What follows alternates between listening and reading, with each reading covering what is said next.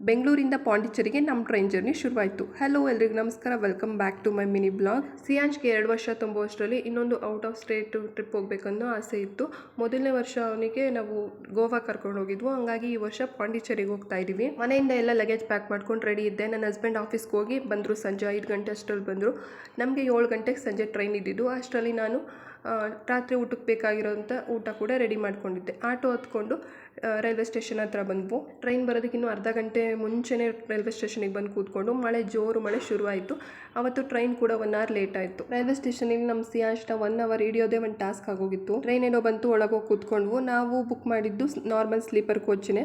ನಮಗೆ ಅಪ್ಪರಲ್ಲಿ ಸೀಟ್ ಸಿಕ್ಕಿತ್ತು, ಅಂದರೆ ನಾವು ಲಾಸ್ಟ್ ಮಿನಿಟಲ್ಲಿ ಬುಕ್ ಮಾಡಿದ್ವು. ಯಾವಾಗಲೂ ಇದೇ ಕತೆ ನಮ್ಮದು. ಹಾಗಾಗಿ ಅಲ್ಲೇ ಲೋಯರ್ ಸೀಟಲ್ಲಿ ಇದ್ದವ್ರನ್ನ ರಿಕ್ವೆಸ್ಟ್ ಮಾಡ್ಕೊಂಡಿದ್ದಕ್ಕೆ ಸರಿ ಅಂತ ಅವ್ರು ನನಗೆ ಲೋಯರ್ ಸೀಟ್ನ ಬಿಟ್ಕೊಟ್ರು.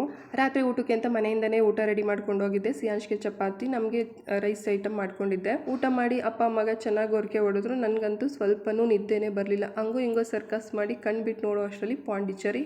ಇದು ನೆಕ್ಸ್ಟ್ ಬ್ಲಾಗಲ್ಲಿ ಮತ್ತೆ ಸಿಗುವ. ಓಕೆ, ಬಾಯ್.